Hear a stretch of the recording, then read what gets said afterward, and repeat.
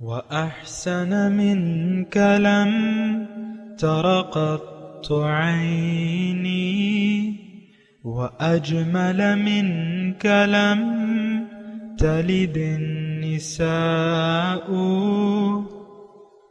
خلقت مبرأ من كل عيب خلقت مبرأ من كل عيب كأنك قد خلقت كما تشاء. كتاب أنزلناه إليك مبارك ليدبروا آياته وليتذكر أولو الألباب. یہ کتاب برکت والی ہے جسے ہم نے آپ کی طرف نازل فرمایا ہے تاکہ دانش مند لوگ اس کی آیتوں میں غور و فکر کریں اور نصیحت حاصل کریں. اللہم صلی علی سیدنا محمد وعلی آل سیدنا محمد بعدد کل ذرۃ مئۃ الف الف مرہ. سامعین و ناظرین کرام، السلام علیکم ورحمۃ اللہ وبرکاتہ. سامعین کرام، سورہ حامیم السجدہ آیت نمبر 13 سے 16، حصہ نحم 23-30 درس کا نمبر ہے. آج کا موضوع، کیا ہمارے دل اللہ تعالیٰ کی یاد سے خالی اور دنیا کی یاد سے آباد ہیں؟ اس کے ساتھ آج کے سبق کا آغاز کرتے ہیں. سب سے پہلے گزشتہ سبق کا اعادہ ہوگا. اعوذ باللہ من الشیطان الرجیم. پناہ مانگتا ہوں میں اللہ کی شیطان مردود سے. بسم اللہ الرحمن الرحیم. شروع اللہ کے نام سے جو بڑا مہربان نہایت رحم والا ہے. فَإِنْ أَعْرَضُوا فَقُلْ أَنذَرْتُكُمْ صَاعِقَةً مِثْلَ صَاعِقَةِ عَادٍ وَثَمُودَ. پھر اگر یہ منہ پھیر لیں تو کہہ دو کہ میں تم کو ایسی چنگھاڑ کے عذاب سے آگاہ کرتا ہوں جیسے عاد اور سمود پر چنگھاڑ کا عذاب آیا تھا. اذ جاءتهم الرسل من بين أيديهم ومن خلفهم ألا تعبدوا إلا الله قالوا لو شاء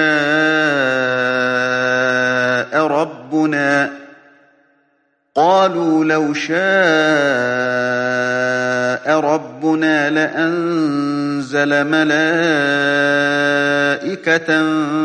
فإنا بما أرسلتم به كافرون. جب ان کے پاس پیغمبر ان کے آگے اور پیچھے سے آئے کہ خدا کے سوا کسی کی عبادت نہ کرو، کہنے لگے کہ اگر ہمارا پروردگار چاہتا تو فرشتے اتار دیتا، سو جو تم دے کر بھیجے گئے ہو ہم اس کو نہیں مانتے. فَأَمَّا عَادٌ فَاسْتَكْبَرُوا فِي الْأَرْضِ بِغَيْرِ الْحَقِّ وَقَالُوا مَنْ أَشَدُّ مِنَّا قُوَّةً أَوَلَمْ يَرَوْا أَنَّ اللَّهَ الَّذِي خَلَقَهُمْ هُوَ أَشَدُّ مِنْهُمْ قُوَّةً وَكَانُوا بِآيَاتِنَا يَجْحَدُونَ. جو عاد تھے وہ ناحق ملک میں غرور کرنے لگے اور کہنے لگے کہ ہم سے بڑھ کر قوت میں کون ہے. کیا انہوں نے نہیں دیکھا کہ خدا جس نے ان کو پیدا کیا وہ ان سے قوت میں بہت بڑھ کر ہے، اور وہ ہماری آیتوں سے انکار کرتے رہے. فَأَرْسَلْنَا عَلَيْهِمْ رِيحًا صَرْصَرًا فِي أَيَّامٍ نَحِسَاتٍ لنذيقهم عذاب الخزي في الحياة الدنيا ولعذاب الآخرة أخزى وهم لا ينصرون. تو ہم نے بھی ان پر نحوست کے دنوں میں زور کی ہوا چلائی تاکہ ان کو دنیا کی زندگی میں ذلت کے عذاب کا مزہ چکھا دیں، اور آخرت کا عذاب تو بہت ہی ذلیل کرنے والا ہے، اور اس روز ان کو مدد بھی نہ ملے گی. سامعین کرام، سورہ حامیم السجدہ آیت نمبر 13. فَإِنْ أَعْرَضُوا، اگر یہ نہ مانے تو کہہ دو، فقل انذرتکم صاعقۃ مثل صاعقۃ عاد و ثمود، تو اے داعی تم ان سے کہہ دو کہ میں تمہیں کڑک سے ڈراتا ہوں جیسے کہ قوم عاد اور قوم ثمود پر کڑک آئی تھی۔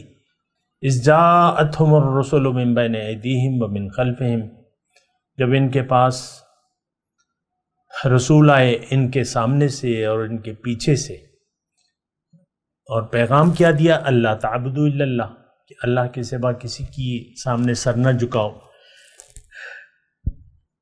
کسی اور کی اطاعت نہ کرو، کسی اور کی بندگی نہ کرو۔ قالوا لو شاء ربنا لانزل ملائکہ، تو کہنے لگے کہ اگر ہمارا رب چاہتا تو فرشتے نازل کر دیتا، فإنا بما ارسلتم به کافرون، پس ہم اس چیز سے جو تم دے کے بھیجے گئے ہو انکار کرتے ہیں۔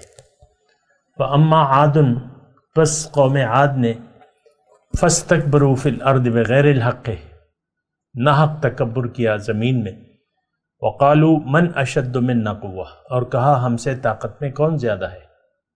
اولم یروا ان اللہ الذی خلقہم هو اشد منہم قوہ، اور کہا ہم سے طاقت میں کون زیادہ ہے، اور کیا انہوں نے دیکھا نہیں، اولم یروا، کیا انہوں نے دیکھا نہیں کہ اللہ تعالیٰ جس نے انہیں پیدا کیا ہے وہ ان سے طاقت میں کہیں بڑھ کر ہے۔ وَكَانُوا بِآيَاتِنَا يَجْحَدُونَ، اور وہ میری آیاتوں کا انکار کرتے رہے۔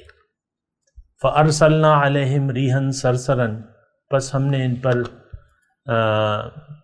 تیز آندھی بھیجی، فی ایام نحسات، منحوس دنوں میں، لِنُذِيقَهُمْ عَذَابَ الْخِزْيِ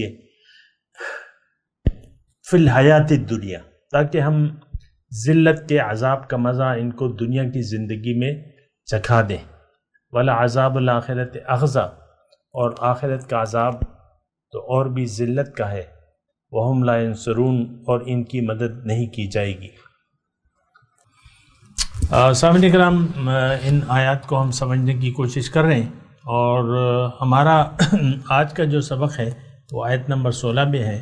اس پہ گزشتہ سبق میں نے آپ سے بات کی تھی، اور اس کا خلاصہ یہ ہے کہ دیکھیں، اگر آپ ذاکر ہیں تو آپ پہ آپ کی دنیا اور آخرت اچھی ہوگی، لیکن اگر آپ ذاکر نہیں ہیں تو آپ کی دنیا اور آخرت خراب ہوگی۔ خسرت دنیا والآخرہ، یہ ایک الفاظ ہیں اللہ کے، قرآن کے۔ جو ایسے لوگ ہیں جنہوں نے پیغمبر کی تعلیم سے روگردانی اختیار کی، جیسا کہ ہم نے کی بھی، تو اللہ تعالیٰ نے ہمارے بارے میں فرمایا تمہاری دنیا اور آخرت نقصان میں چلی گئی۔ پھر جن لوگوں نے مان لیا، سر تسلیم خم ہے جو مزاج یار میں آئے، یعنی اللہ کے حکم کے سامنے سر جھکا دیا، اللہ کو منزل بنا کے اللہ کے حکم اور رسول کے طریقے کے مطابق زندگی گزارنے لگے، تو ان پہ لہم البشرا فی الحیات الدنیا کے الفاظ ہیں قرآن میں، ان کے لیے دنیا میں بھی خوشخبری ہے۔ نحن اولیاؤکم فی الحیات الدنیا وفی الآخرہ۔ دیکھیں، قرآن سے آپ سب کچھ جو بھی آپ اندازے لگائیں، جو بھی آپ فیصلہ کریں، تو وہ قرآن میں لکھا ہوا ہے۔ اگر آپ نے مان لیا پیغمبر کی تعلیم کو، اللہ کو منزل بنا لیا اور اللہ کے راستے پر چلنے کا عزم ارادہ کر لیا اور چل پڑے، تو دنیا میں آپ کے لیے بھلائی ہے۔ وَآتَيْنَاهُ فِي الدُّنْيَا حَسَنَةً وَإِنَّهُ فِي الْآخِرَةِ لَمِنَ الصَّالِحِينَ۔ نیک لوگوں کے بارے میں ہے یہ آیت، ان کو ہم نے دنیا میں بھی بھلائی دی، آخرت میں تو یقیناً یہ صالحین میں سے ہوں گے۔ لَنُبَوِّئَنَّهُمْ فِي هَذِهِ الدُّنْيَا حَسَنَةً۔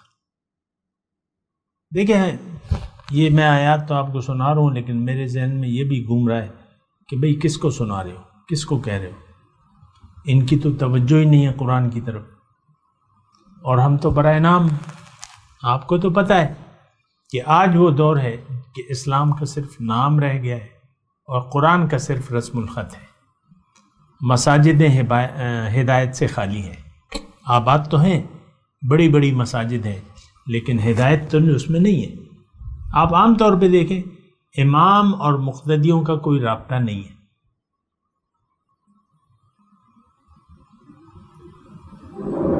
عرفے میں لاکھوں مسلمان ہوتے ہیں، امام خطبہ دیتا ہے عرفہ کا، اور پھر امام یہ جا وہ جا، اور جو باقی لوگ ہیں وہ بھی کہتے ہیں کہ چلو اب مزدلفہ چلتے ہیں، امام سے کیا لینا دینا.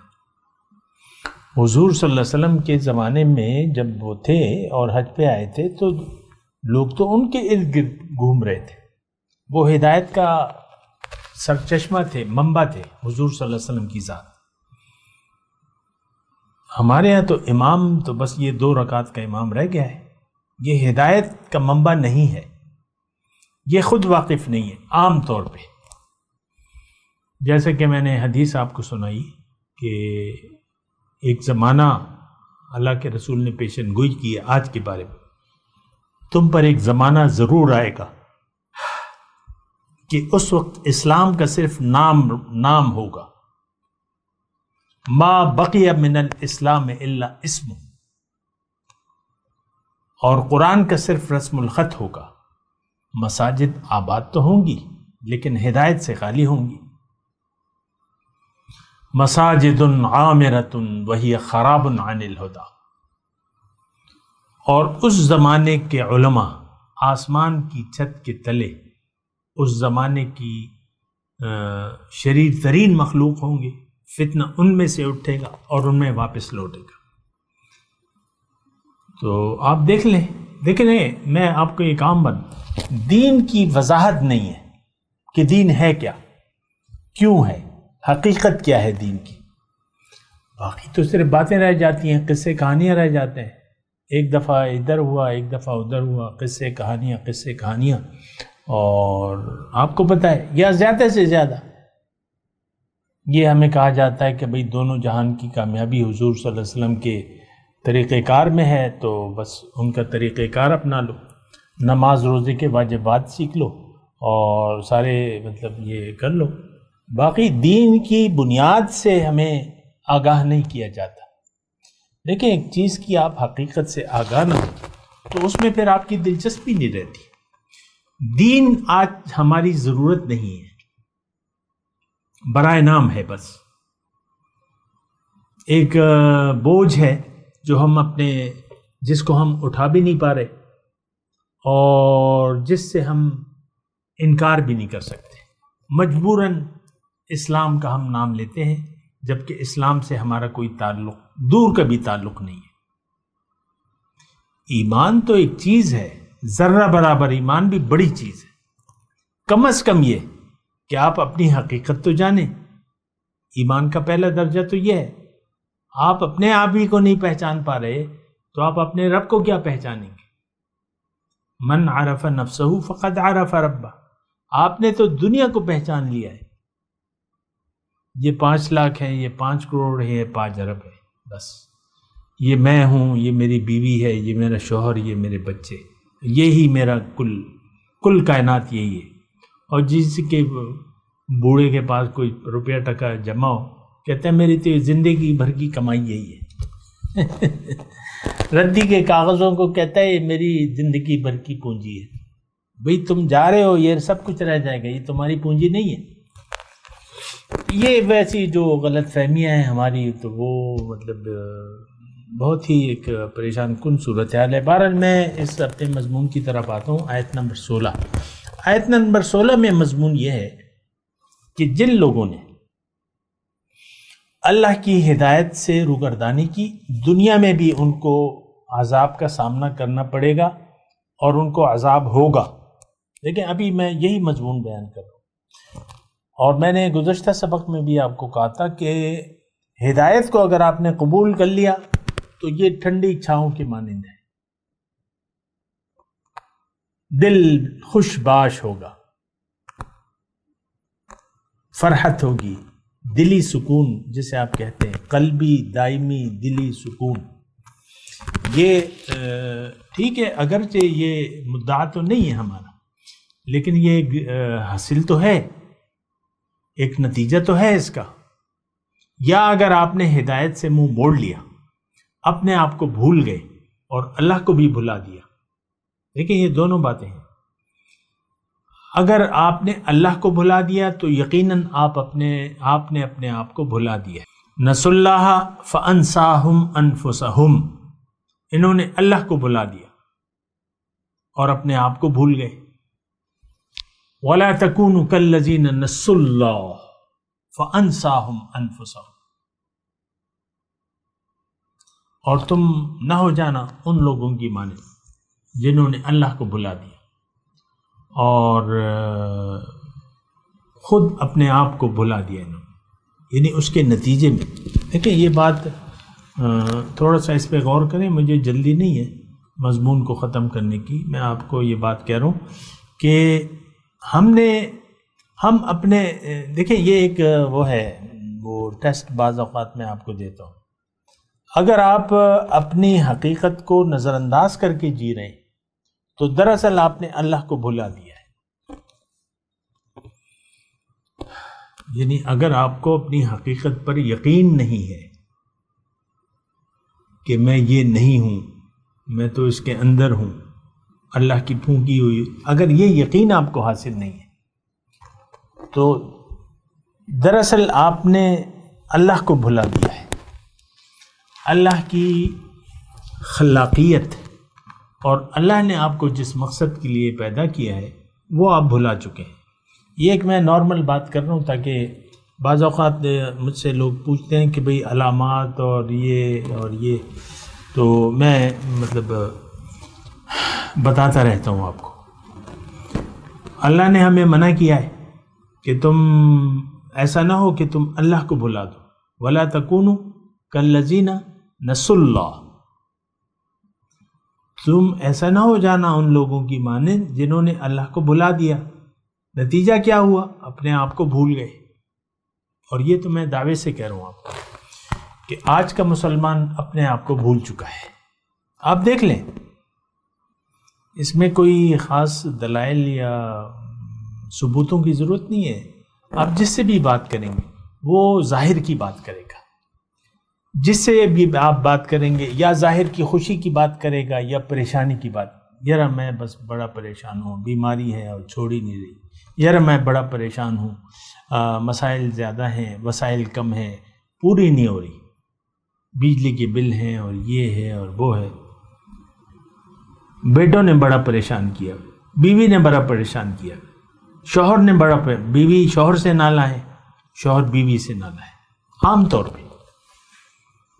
کیونکہ شادیاں تو یہی ہوتی ہیں، شادی سے پہلے بات اور ہوتی ہے اور پھر شادی کے بعد عقل ٹھکانے آ جاتی ہے. بیوی جب کہتی ہے میں نے یہیں رہنا ہے، یہی ایک مرد ہے، تو بس اس کی شکوے شکایتیں جو ہیں، اب ظاہر ہے کہ کسی کی استطاعت ہوگی یا نہیں ہوگی، لیکن بیوی تو کہتی ہے بس مجھے تو چاہیے، جو کچھ بھی میں کہوں وہ ہونا چاہیے. بہرحال میں آپ سے یہ کہہ رہا ہوں، دیکھیں یہ میاں بیوی کا مسئلہ نہیں ہے، یہ بات ذرا ذہن میں رکھیں. اکثر میں آپ کو یہ بات کہتا رہتا ہوں، لیکن مقصد میرا معاشرے کی حالت بیان کرنا ہوتا ہے. یہ معاشرہ خود فراموش ہے، اس نے اپنے آپ کو بھلا دیا ہے. اس کے نتیجے میں کیا ہے؟ یہ عذاب لنذیقہم عذاب الخزی فی الحیات الدنیا، یہ دنیا میں عذاب کا مزہ چکھ رہا ہے. مجھے معلوم ہے ہر شخص پریشان ہے، شکوہ ہے، گلہ ہے، پریشان ہے. جو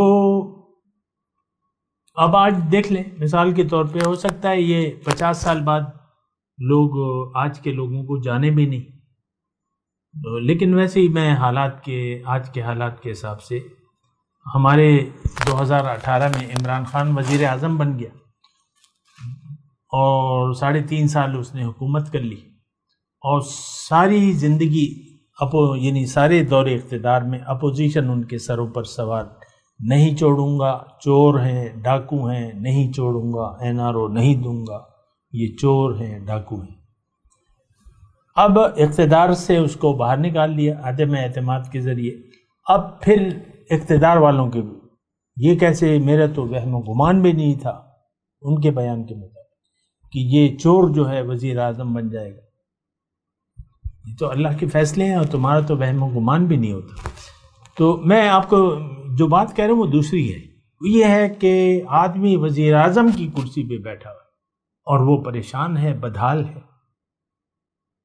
ان کے آپ باڈی لینگویج کو دیکھیں نا، جب بھی چاہے اقتدار میں ہو یا opposition, body language Imran Khan کی وہ ایک آگ میں جل رہے ہیں، اندر کی ایک آگ ہے. اب جو بھی ہے اس کی میں وضاحت نہیں کرتا، لیکن میں صرف یہ کہہ رہا ہوں وزیر اعظم کی کرسی پر بیٹھا ہوا شخص بدحال ہے، پریشان حال ہے. 300 کنال کا بنگلہ ہے بنی گالہ میں. 300 کنال کافی چیز ہوتی ہے. میرا گھر تو 10 مرلے پہ ہے، 9 مرلے پہ. تو مطلب سوچ بھی ایک ہے نا. 300 کنال، چلو 4 کنال ہو، 5 کنال ہو، 300 کنال ٹھیک ہے. تو میں صرف آپ کو یہ کہہ رہا ہوں لِنُذِيقَهُمْ عَذَابَ الْخِزْيِ فِي ذلت کے عذاب کا مزہ. دیکھیں یہ تو ہم خود فیصلہ کر لیتے ہیں. عزت اور ذلت اللہ کے ہاتھ میں ہے، اور عزت اللہ کی ہے. اب اللہ سے آپ مل جائیں تو آپ کو بھی عزت، آپ صاحب عزت ہو جائیں گے. یہ میں قرآن کے الفاظ سے آپ کو ترجمہ بیان کروں. اگر آپ اللہ کے ہو جائیں آپ صاحب عزت ہو جائیں گے، آپ اللہ کی نشانی ہوں گے. خلیفۃ اللہ ہے نا بھیا، خلیفۃ اللہ تو کوئی چیز ہوتی ہے. اللہ کا نائب، اللہ کا خلیفہ بڑی چیز ہے. لیکن اگر آپ نے روگردانی فَإِنْ أَعْرَضُوا آیت نمبر 13 روگردانی اختیار کر لی حق سے، پیغمبر کی تعلیم سے، اللہ سے روگردانی، آج کا مسلمان یہ کر چکا ہے، تو پھر یہ ہے کہ عذاب الخزي فی الحیات الدنیا. یہ میں آپ کو کہنے کی کوشش کر رہا ہوں کہ دیکھیں یہ ہم خود فیصلہ کرتے ہیں اپنے بارے میں، ہمیں تو اس کا احساس بھی نہیں ہے. ہم کہتے ہیں کہ ہم اگر اللہ کو پکڑائی نہ دیں، آزادی سے زندگی گزاریں تو کچھ عیش وغیرہ زیادہ کر لیں گے. یہ ایک خیال ہے کہ ہم گرفتاری دینے کو تیار نہیں ہیں، بندہ بننے کے لیے تیار نہیں ہے آج کا مسلمان. وہ کہتے ہیں میں آزادی سے، بل یرید الانسان لیفجر امامہ، انسان یہ اس کی چاہت کی ہے کہ یہ نافرمانی کرتا رہے، آگے بھی نافرمانی کرتا رہے. فرما برداری کی روش اختیار کرنے کے لیے انسان تیار نہیں ہوتا. چہ جائے کہ یہ عقل سے کام لے، کسی کی بات سنے اس پر یقین کر لے، پیغمبر کی بات سنے اس پر یقین کر لے، اور اللہ کے عذاب اور ثواب پر یقین کر لے. ہمارا تو کوئی اس سے علاقہ نہیں ہے، نہ اللہ کی دوزخ پر ہمارا یقین ہے، نہ اللہ کی جنت پر ہمارا یقین ہے. آخرت کا ہم بالکل انکاری ہے آج کا مسلمان.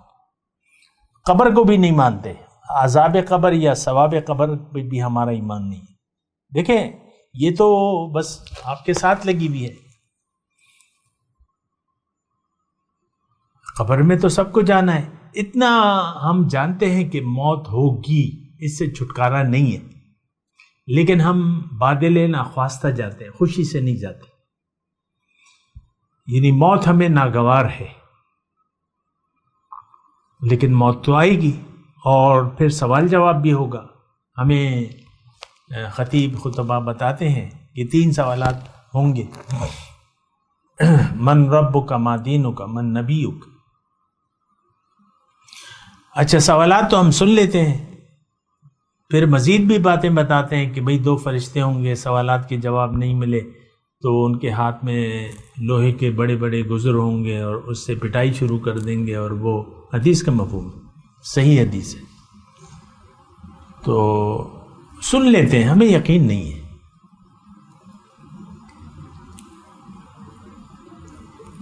مر جانا اتنا ہم مانتے ہیں کہ یار سب لوگ مر رہے ہیں، میرے باپ چلے گئے، دادا چلے گئے، ماں چلی گئی، یا جس کی ہیں وہ اپنے وقت پہ تو جائیں گے نا، ہمیں خود جانا ہے.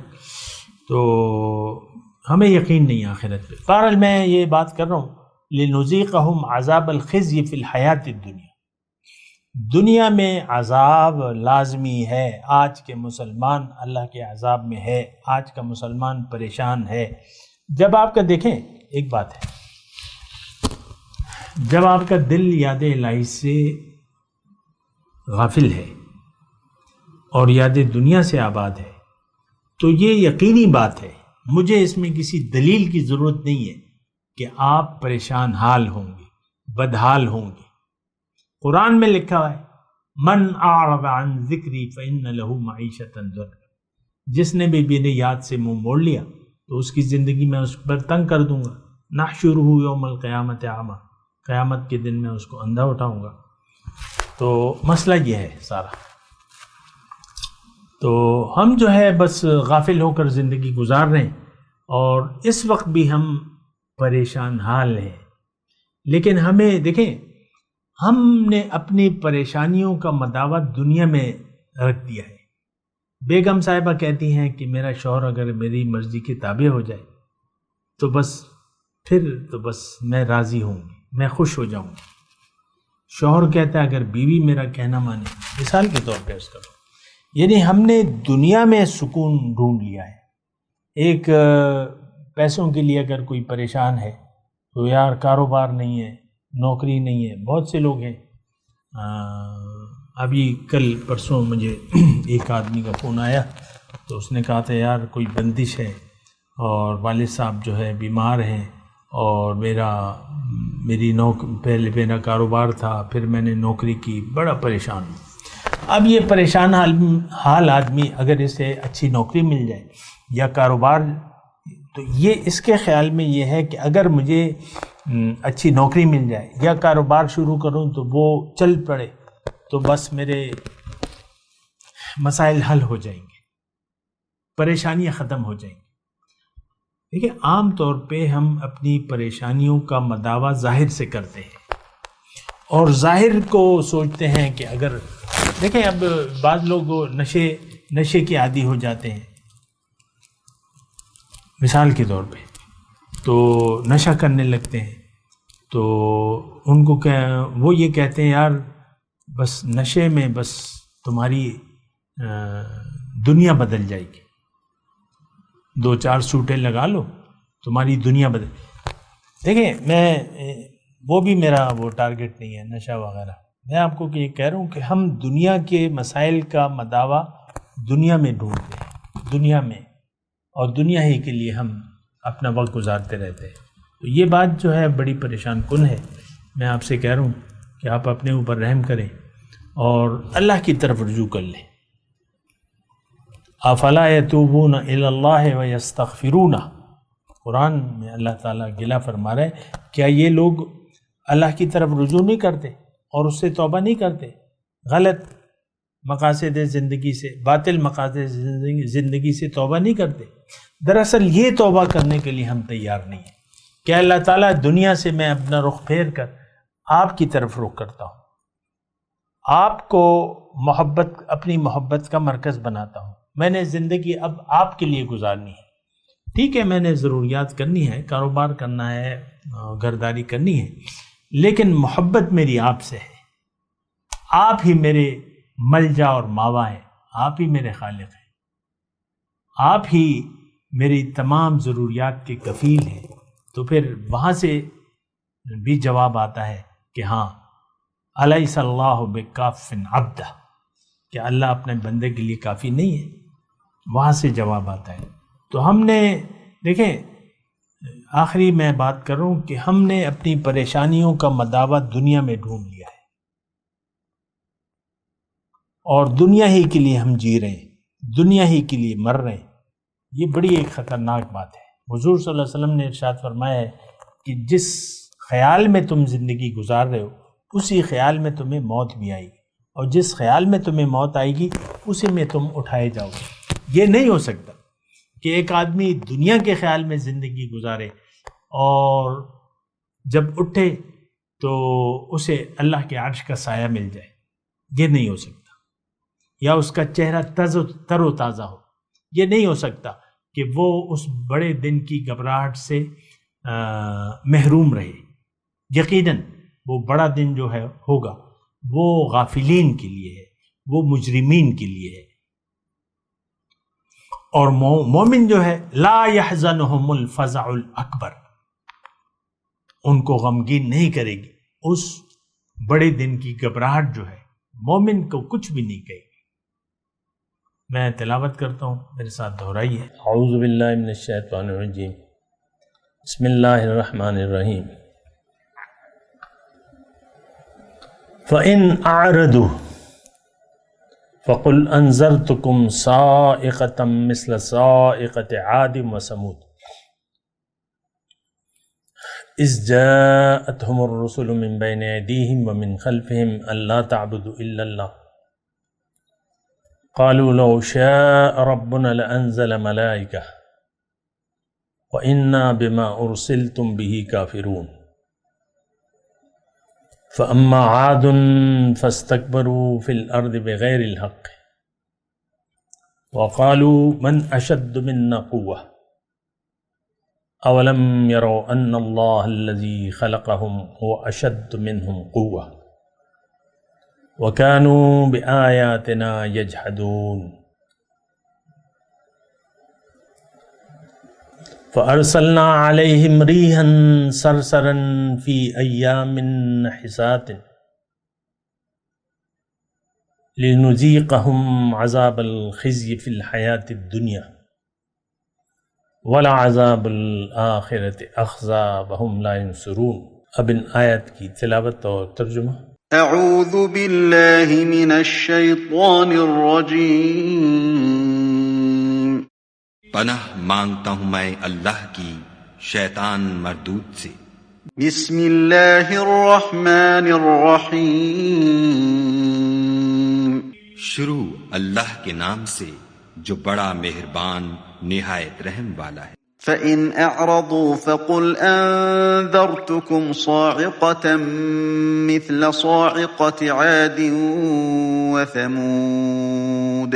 پھر اگر یہ منہ پھیر لیں تو کہہ دو کہ میں تم کو ایسی چنگھاڑ کے عذاب سے آگاہ کرتا ہوں جیسے عاد اور سمود پر چنگھاڑ کا عذاب آیا تھا۔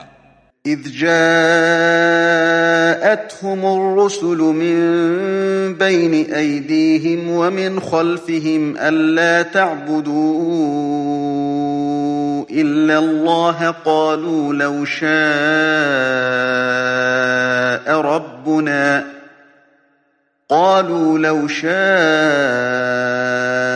ربنا لأنزل ملائكة فإنا بما أرسلتم به كافرون۔ جب ان کے پاس پیغمبر ان کے آگے اور پیچھے سے آئے کہ خدا کے سوا کسی کی عبادت نہ کرو، کہنے لگے کہ اگر ہمارا پروردگار چاہتا تو فرشتے اتار دیتا، سو جو تم دے کر بھیجے گئے ہو ہم اس کو نہیں مانتے۔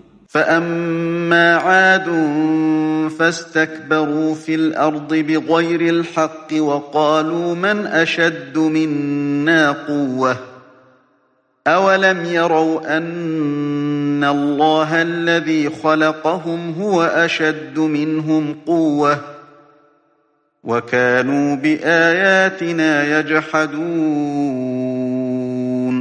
جو عاد تھے وہ ناحق ملک میں غرور کرنے لگے اور کہنے لگے کہ ہم سے بڑھ کر قوت میں کون ہے؟ کیا انہوں نے نہیں دیکھا کہ خدا جس نے ان کو پیدا کیا وہ ان سے قوت میں بہت بڑھ کر ہے، اور وہ ہماری آیتوں سے انکار کرتے رہے۔ فَأَرْسَلْنَا عَلَيْهِمْ رِيحًا صَرْصَرًا فِي أَيَّامٍ نَحِسَاتٍ